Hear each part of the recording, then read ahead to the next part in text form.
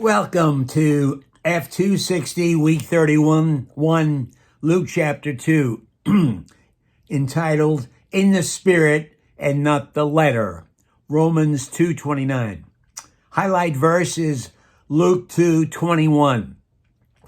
And when 8 days were accomplished for the circumcision of the child, his name was called Jesus, which was so named of the angel before he was conceived in the womb. Explaining this, on the 8th day of his birth, Jesus was circumcised and given a name meaning God saves. Applying this, for the Israelites, circumcision is a symbol of God's covenant with Abraham and his descendants. Among other nations, circumcision might have been a part of various initiation ceremonies, but to the Hebrew nation, it symbolized the physical and spiritual continuity of the Israelite generations. Through circumcision, a person became a member of Israel's community and received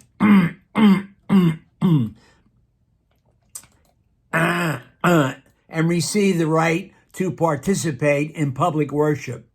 Gentiles came to be regarded by the Jews as the uncircumcision, a term of disrespect, implying that non-Jewish peoples were outside the circle of God's love. The issue later brought discord into the fellowship of the New Testament church.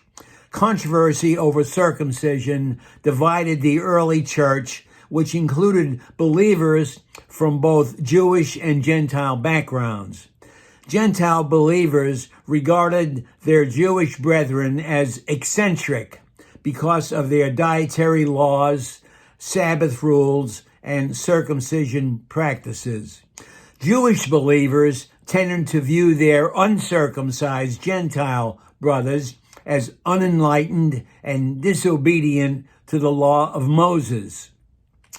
A crisis erupted in the church at Antioch when believers from Judea, known as Judaizers, taught the brethren, unless you are circumcised according to the custom of Moses, you cannot be saved.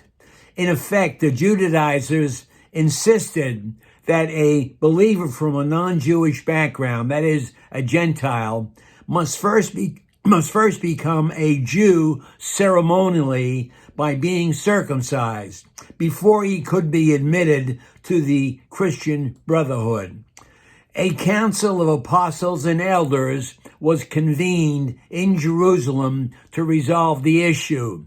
Peter argued that to insist on circumcision for the Gentiles would amount to a burdensome yoke.